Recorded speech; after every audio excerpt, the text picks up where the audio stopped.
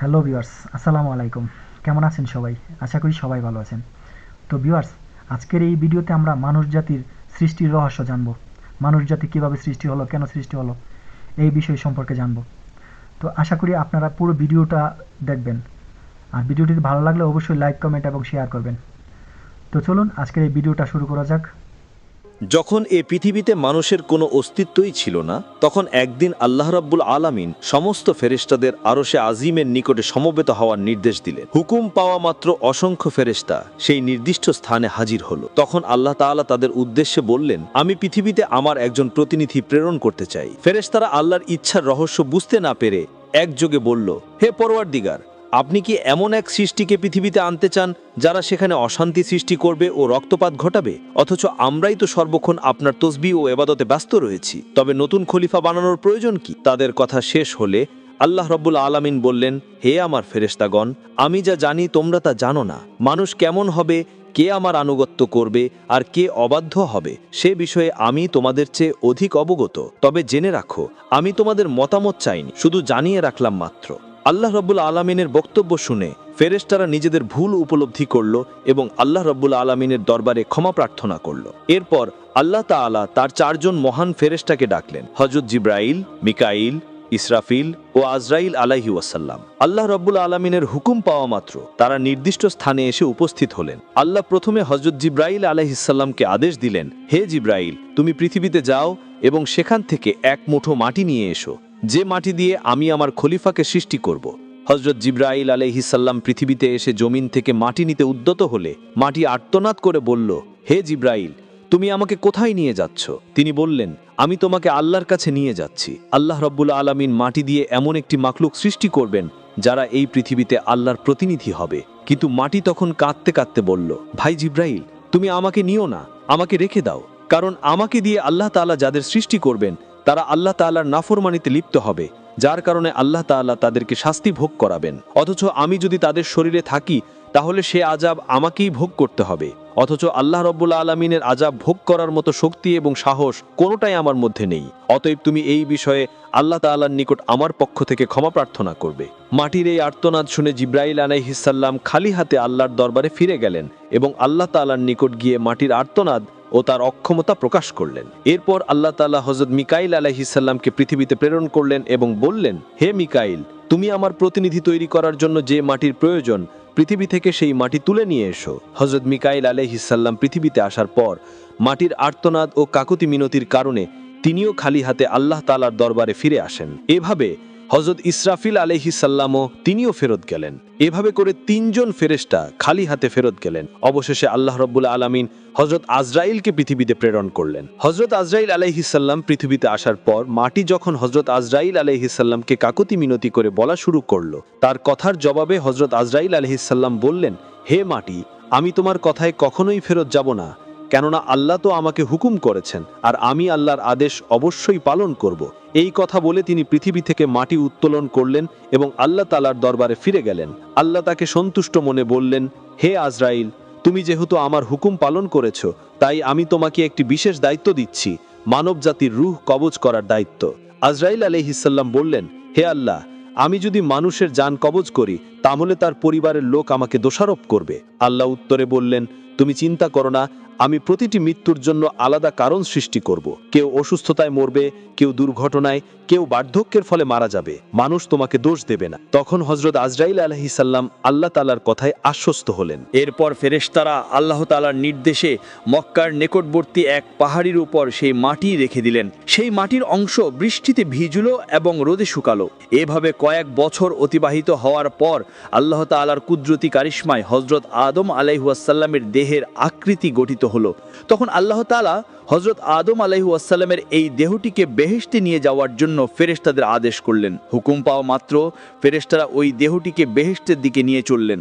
অতঃপর বেহেশতে পৌঁছার পর সেই দেহটিকে দীর্ঘদিন আত্মাবিহীন অবস্থায় বেহেশতে রেখে দিলেন।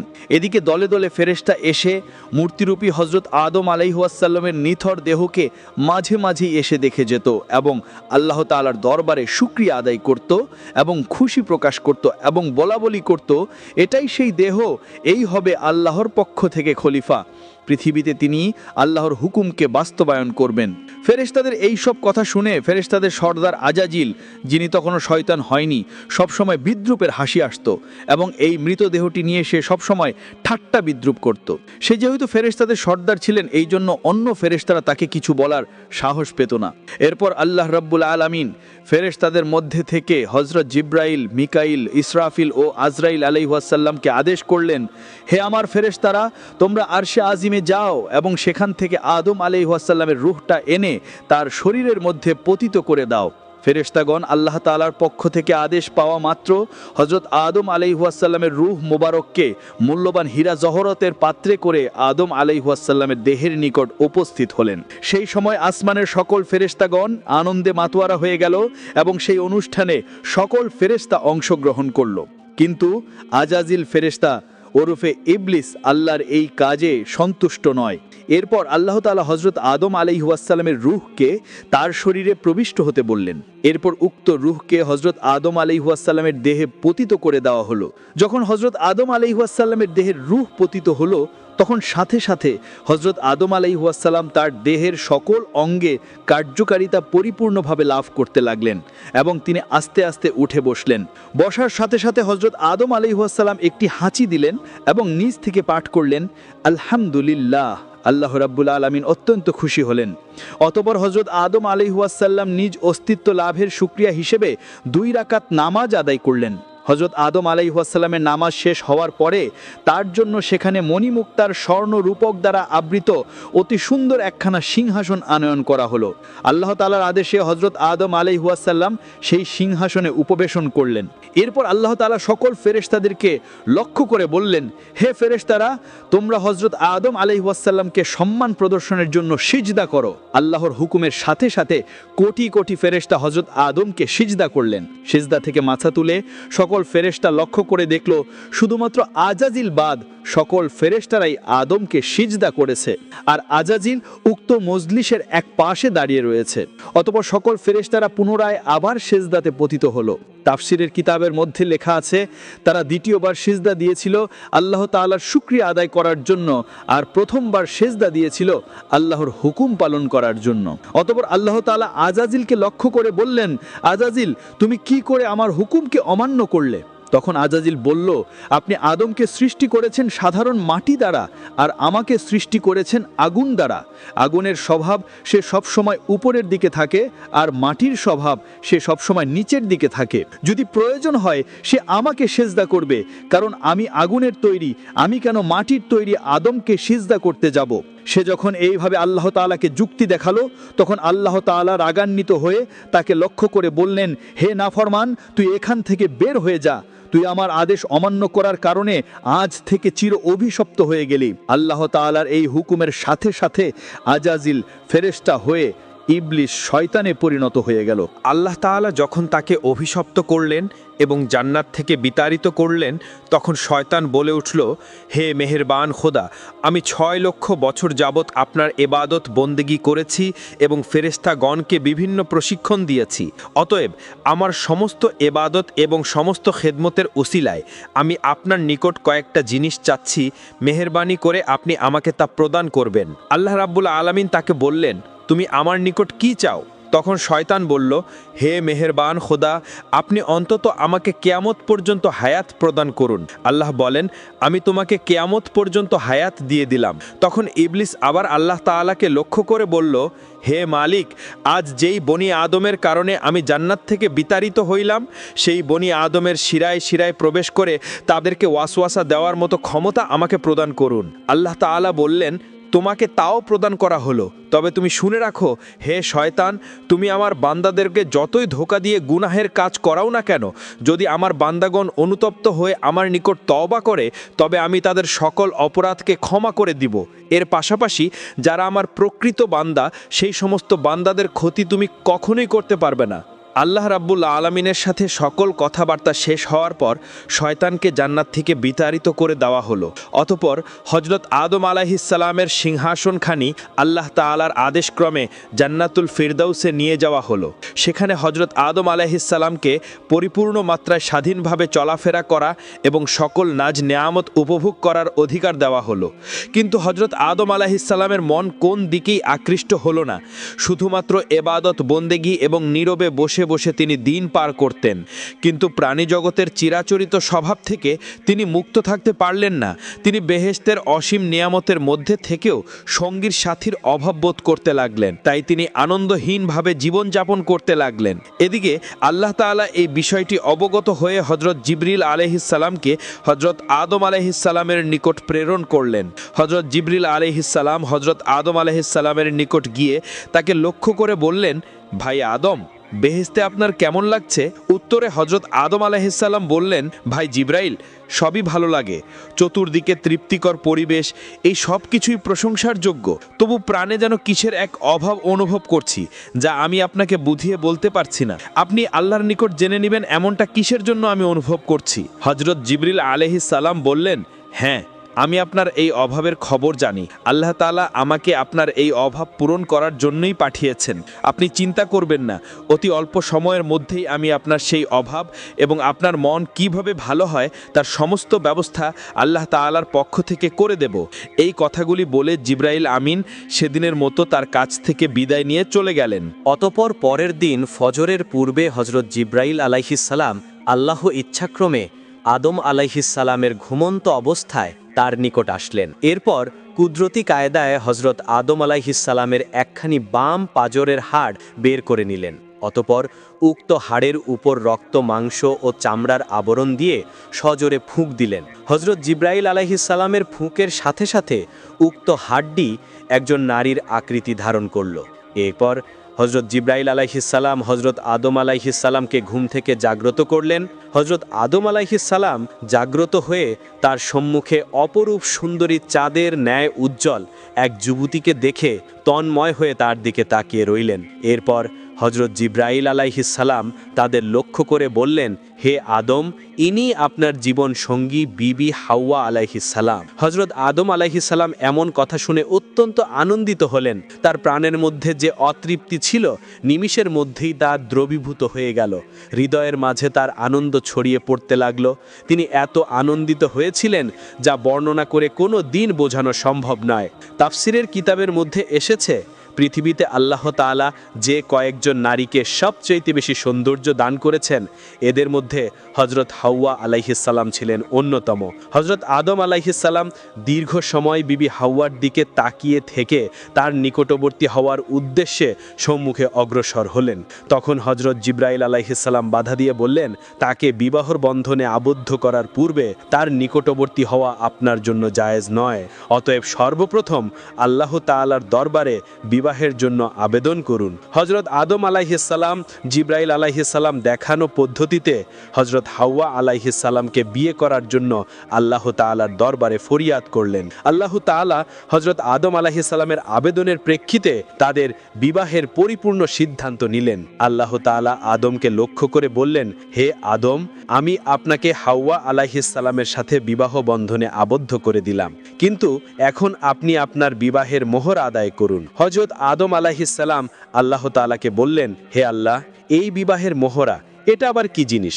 তখন আল্লাহ তাআলা বললেন, হে আদম, আপনার বিবাহের মোহর হচ্ছে আমার প্রিয় হাবিব হজরত মুহাম্মদ সাল্লাল্লাহু আলাইহি ওয়াসাল্লামের উপর আপনি কয়েকবার দরুদ পাঠ করুন। অতঃপর হজরত আদম আলাইহি ওয়াসাল্লাম রাসূলে পাক সাল্লাল্লাহু আলাইহি ওয়াসাল্লামের উপর কয়েকবার দরুদ শরীফ পাঠ করলেন। আর এর মাধ্যমেই আদম ও হাওয়া আলাইহিস সালামের বিবাহের কাজ সম্পূর্ণ হয়ে গেল।